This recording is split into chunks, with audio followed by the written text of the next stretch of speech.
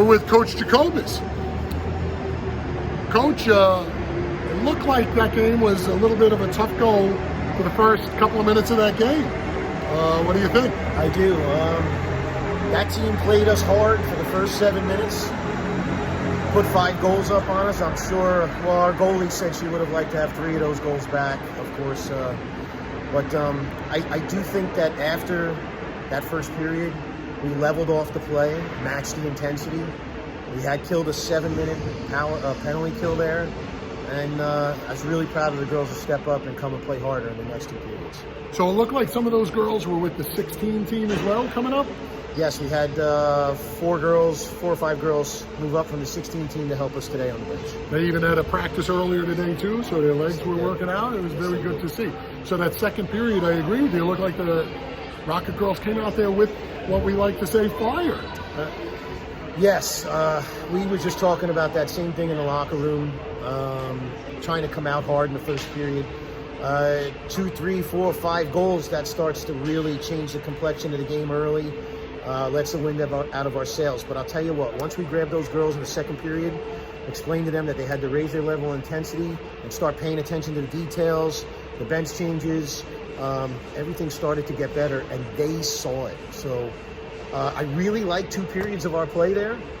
Throw away that first period, or at least half of it, and I'm proud of the girls for the way they finished hard. Do you have any insight on the Amanda penalty, but moreover, what the opposing coaches seem to be very upset with something, and we couldn't figure out what it was from up here. Do you have any insight on that? Well, I mean, as far as Amanda's penalty goes, it looked like she lost an edge going into the corner. She did take that first 2-minute penalty, lost her edge, put another girl into the corner, and they called that 5 on her.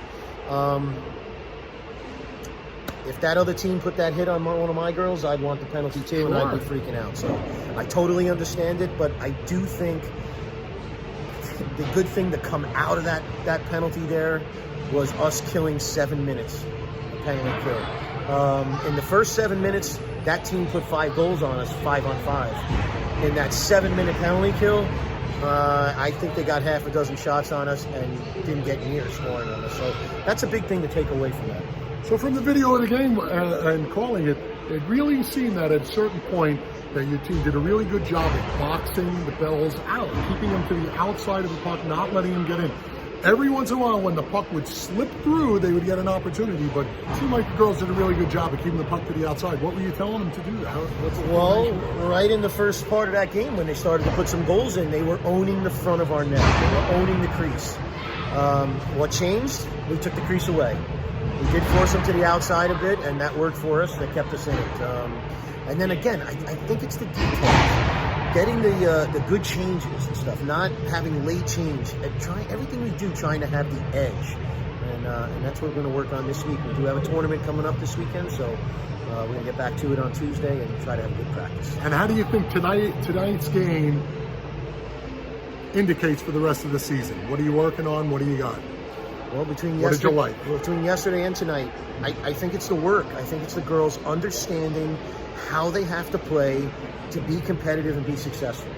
All right, you can't glide around. You can't be watching. Everybody has to win their own battles and contribute to the team. I think the takeaway is effort. That's what I think. They did look like they never gave up, Coach, and you could see that on the tape.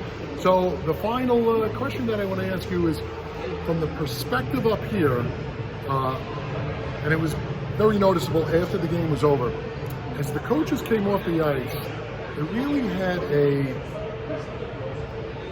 menage of personalities. One coach had ice skates on, another coach was spelling his name with a water bottle on the ice. One coach looked like he wanted to break the ice up and go ice fishing of sorts. And quite frankly, you look like Bigfoot walking across the ice in the woods. Is that part of the camaraderie that you're doing and looking to join all these coaches together with these players so that they have one common question mark of what are those people doing out there? So just like we have diversity on the bench in the locker room, we got it in the coaching staff for sure. Good. All right. So I like it. We need it. And just the same thing like I tell the girls, the coaches, we're all individuals, but we got to come together as a team and a unit to make this all work. So I'm happy to have all the coaches I have behind me. I got to tell you, I like hearing that. So we're going to go this season with the skating Bigfoots who go ice fishing. Yes, and by the way, because I have to say that it's possible that I look like Bigfoot walking across the ice. It's because I'm wearing skinny pants today. Whenever you wear skinny pants, you got to tone down the shoes a little bit. Otherwise, you'll look like Bigfoot. Coach, I want to thank you for taking the time to come up here today. Coming to you tonight during Hurricane Henry. Hurricane Henrik Lundqvist. There you go. The Rockets losing 5-0, but having a good show with good effort. Impressive try for the girls tonight, making it looking forward to the rest of the season. Absolutely.